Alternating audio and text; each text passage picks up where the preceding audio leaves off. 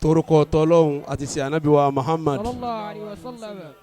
akí gbogbo wa ní kalẹ̀ yìí pé salamullahi alaykum wa rahmatulahi wa barakatuhu. Wa alaikum salam wa rahmatullahi wa barakatuh. wọ́n tún fi sálámà kan sí fún gbogbo ẹ̀yin àbá wa tí ẹ̀ ń bẹ lérí kalẹ̀ látọ̀dọ̀ bàbá wa al-Khalifa kárí gbogbo ẹ̀yin alùláì tẹ́ ń bẹ ní kalẹ̀ akínyìn pé salamullahi alaykum wa rahmatulahi wa barakatuhu. Wa alaikum salam wa rahmatullahi wa barakatuh. mo kí bàbá wa ṣe sàdálà mo kí gbogbo ẹ̀yin ọlọ́run. àdúrà láṣẹ fún bàbá wa al-Mukhtar adamallahu hayatahu. Sheikh Ahmad ẹni ẹ̀ṣà lọ́lọ́run ti pè wọ́n látànà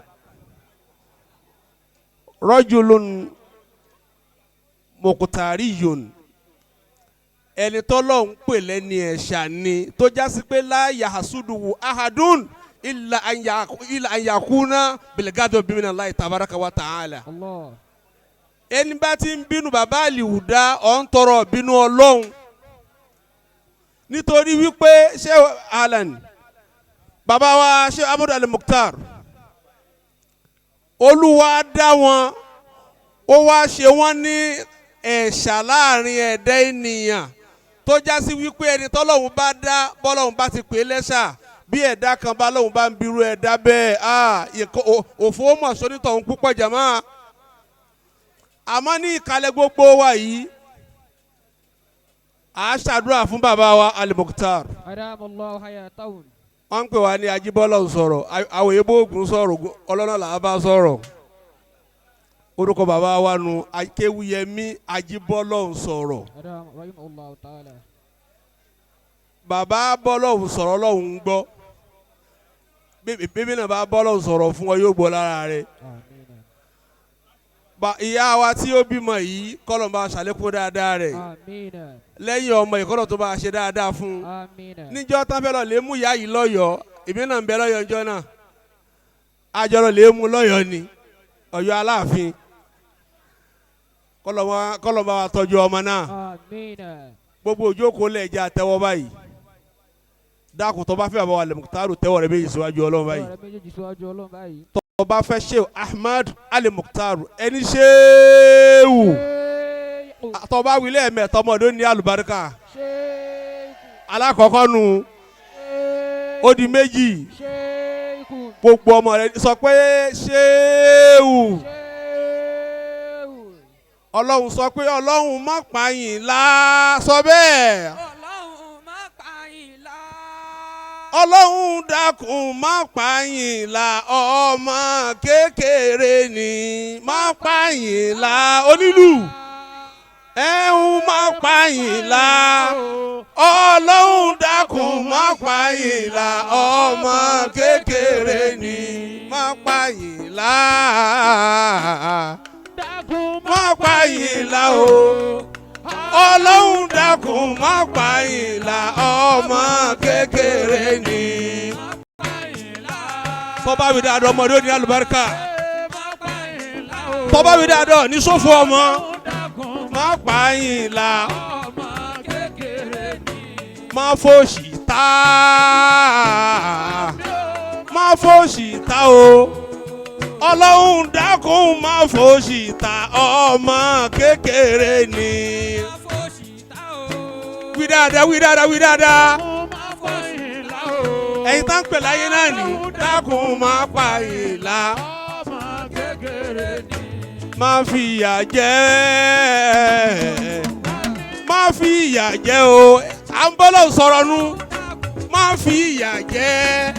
Ọlọ́run dákun má fìyà jẹ ọmọ kékeré ni.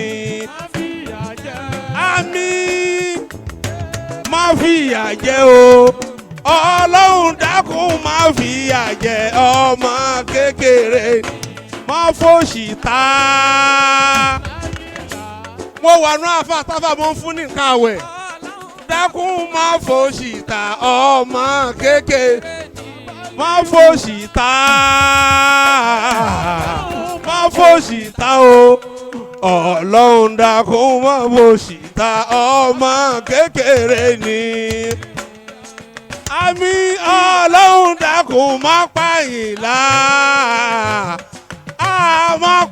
Àyìnlá o ọlọ́run dákun má pa Àyìnlá ọmọ ó yá sọ pé bàbá wa Àyìnlá dìde sókè kó sọ bẹ́ẹ̀ Àyìnlá bàbá wa Àyìnlá ẹ ti wáyé ó yẹ yín ayé yìí yóò ní padà wá dàrú tọ́ máa ju tiyín lọ àmín bàbá wa alimukta bàbá wa Àyìnlá ẹ ti wáyé ó yẹ yín ayé ti yẹ yín ayé yìí yóò ní padà wá bàjẹ́ tọ́ máa ju tiyín lọ bàbá wa Àyìnlá tọ́ba wí dáadọ́ ọmọ rẹ̀ ní àlùbáríkà ọba wa Àyìnlá bàbá wa Àyìnlá Amadu wa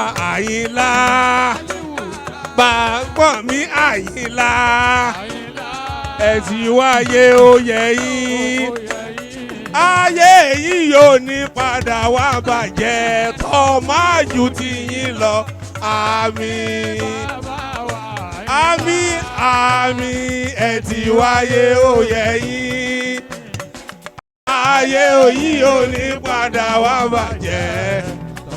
Bismillahir Rahmanir Rahim alhamdulillahi rabbil alamin arrahmanir rahim maliki yawmiddin iyyaka na'budu wa iyyaka nasta'in ihdina siratal mustaqim siratal ladina أنعمت عليهم غير المغضوب عليهم ولا الضالين. Abdulrahman ò níyàn kú o ìyá rẹ̀ náà ò níyàn kú o ọlá pé fatia lálùbáríkà lánàá ńlárùbáríkà lónìí bẹ́ẹ̀ ò bá ké fatia kò ní nírun bẹ́ẹ̀ bá kí gbogbo òrùn ayé tí ò bá ké fatia kò ní nírun wàlá lálùbáríkà fatia Abdulrahman náà ṣe lálùbáríkà ọmọ wàlá hawla wàlá quwwata illa billah. Yakumullah.